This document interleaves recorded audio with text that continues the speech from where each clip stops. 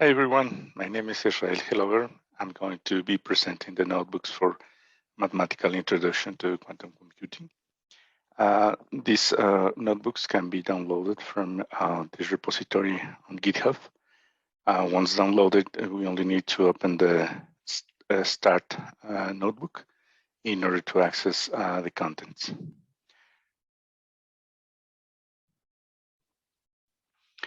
Quantum computing lies on the intersection of physics, mathematics, and computer science.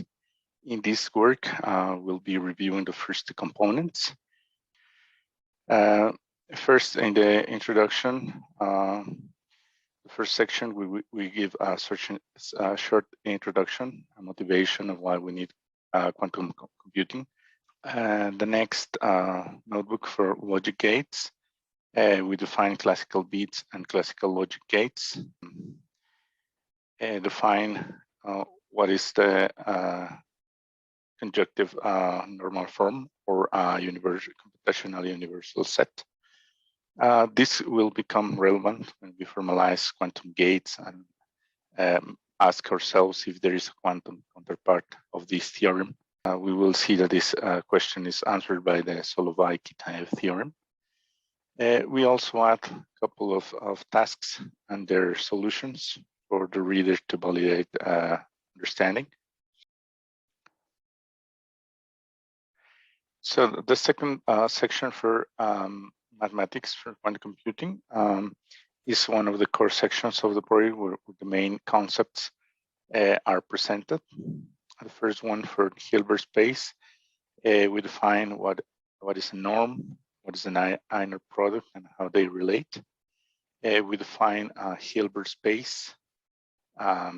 This will be the basis for all the mathematical development that we will do in the next sections. We also define the dual space and use the Riesz-Fréchet theorem to see that we can understand the elements of a Hilbert space as column vectors and the elements of the dual space as row vectors, and that these vector spaces are in fact isomorphic. Finally, we defined Dirac notation. In the next notebook for block sphere and qubits, we define the block sphere as the geometric structure that emerge from the physical restrictions that are imposed on a vector space in order for it to represent the state space of a two-level physical system. We detail how, by considering the invariance with respect to global phase and the normalization condition, we can reduce the number of parameters required from 4 to 2, and that these parameters, theta and phi, are the angles that uniquely define a point in this sphere. We close this notebook by defining a qubit as precisely a point in this spherical shell of radius 1. In the next notebook, we define the tensor product and how it behaves on the elements of a vector space, as well as the tensor product for vector spaces. We give some results that will be useful on the development of the theory on the following notebooks, and add some exercises. In the linear operators notebook, we introduce the concepts of an adjoint operator, self-adjoint operator, a unitary operator. In spectral theory, we give a short introduction to what spectral theory is, how eigenvalues are in fact elements of the spectrum of a linear operator, what is the multiplicity of an eigenvalue and why it's important. We also define outer product and detail how we can go from Dirac notation to matrix representation and vice versa in an easy way. Finally, we define the completeless relation that will be useful to understand the wave function collapse and what the status of a system is after measurement.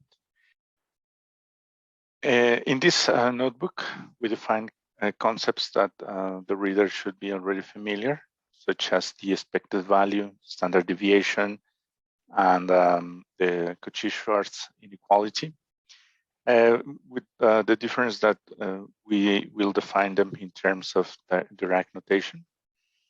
We also introduce concepts such as commutator and anti-commutator. We also give some results in order to be able to develop the core of this notebook, that is the general Heisenberg principle. We emphasize that this this principle, holds for any two self-adjoint operators, particularly when we take them to be the position and momentum operators. It gives place to the more particular and familiar Heisenberg's uncertainty principle that is known in physics. In the Pauli operators notebook, the last notebook of this section, we define what are the Pauli operators. We see how they act on the elements of the computational base. We see them as outer products and also derive their matrix representation. We also use the definitions from previous notebooks to conclude that the expected value of these operators are in fact the X, Y, and Z coordinates. The next section is a very short introduction to quantum mechanics and how we can use the tools developed so far to understand important concepts such as time evolution, wave function collapse. In the first notebook, we enlist the 7 quantum mechanics postulates that will dictate how we can develop all the physical components of quantum computing. In the time evolution operator notebook, based on the quantum mechanics postulates list on the previous notebook, we develop a time evolution operator that is defined in terms of a linear operator, so that applying this operator to the state of the system at a certain time t, or initial time t0, it tells us that what is the state of the system at an arbitrary time t in the future. In the following notebook, all the theory that we have developed so far is summarized. We detail a fully worked example where we start by making sure we have a valid initial state normalization, calculating a normalization constant. We see what are the possible values that we can get from measuring an observable, and with what probability we can get them at an initial state. We use the time evolution operator to understand what is the state of the system at an arbitrary time t. We also see what is the probability of measuring each eigenvalue of an observable at an arbitrary time t. Finally, use a projector or a projection operator and completeness relation we have defined to understand what is the status of the system immediately after making a measurement. Finally, we add tasks similar to this worked example for the reader to validate understanding of this core concepts. In the last notebook of this section, we revisit the projection operator we used in the previous notebook to calculate the wave function collapse, but this time we formalize it as a projector, and we use it to define what is a projective measurement. Finally, we revisit the measurement-related postulates, but this time we revisit them using the projector formalism, and we conclude that we can summarize these postulates into simpler expression. The next section is devoted to understanding quantum entanglement, as it is a core concept in quantum computing. In the first notebook, we start by reviewing the EPR paradox. For this, we introduce the concepts of locality and realism. We develop EPR argument and conclude that it leads to a contradiction. We emphasize that the essence of what we have just seen in the EPR paradox arises thanks to the initial state chosen, that is actually an entangled state, that is one of the Bell states. In this notebook, we give a little bit more formal definition of what entanglement is.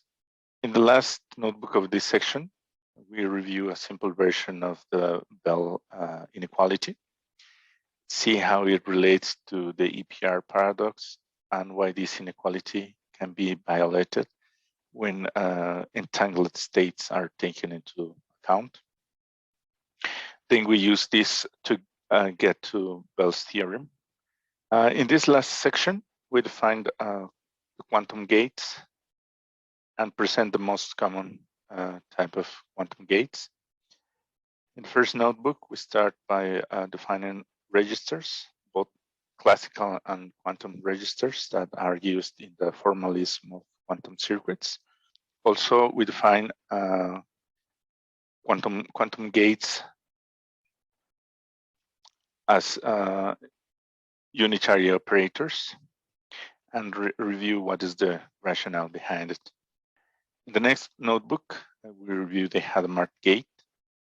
We see how it acts on the elements of the computational base and derive its matrix representation. We conclude we can think of the this Hadamard gate as a base change operator between Pauli operators sigma c and sigma x, and give some result of how we can apply Hadamard gate simultaneously to n qubits, obtaining this way superposition of all of them. In this notebook, we defined the rotation gates with respect to x, y, and z axes. We derive their matrix representation and see how they act on the elements of the computational base. Next, we define rotation gates with respect to an arbitrary axis and conclude that the Hadamard gate is in fact a rotation with respect to a very particular axis. In the next notebook, we give some results related to single qubit gates. And we will use this as a motivation to see that to build any single qubit gate, we will only need Hadamard gate and rotation around the z-axis. Here, we list the most common multi-qubit gates, such as the CNOT gate, the swap gate, the Foley gate. We also list some variants and generalizations of the CNOT gate, and the notebook by introducing the CU gate and its variants and generalizations. And we also add a couple of tasks for the reader to validate understanding. In this last notebook, we see that any quantum gate can be implemented with gates H, rotation around the z-axis, and C0. We will use this as a motivation to round up this work with the Solovay-Kitaev theorem, which gives us a finite computational universal set of gates. And also highlighting the fact that we can approximate a unitary matrix of any dimension using only finite sequences of products of these four matrices. So in conclusion, this is just a quick introduction. Several topics were left out due to time constraint, such as quantum algorithms and quantum protocols. But hopefully the reader will find this inspiring and worth further exploring. So please let me know any comments. I'll be more than happy to receive some feedback. And with this, thank you very much.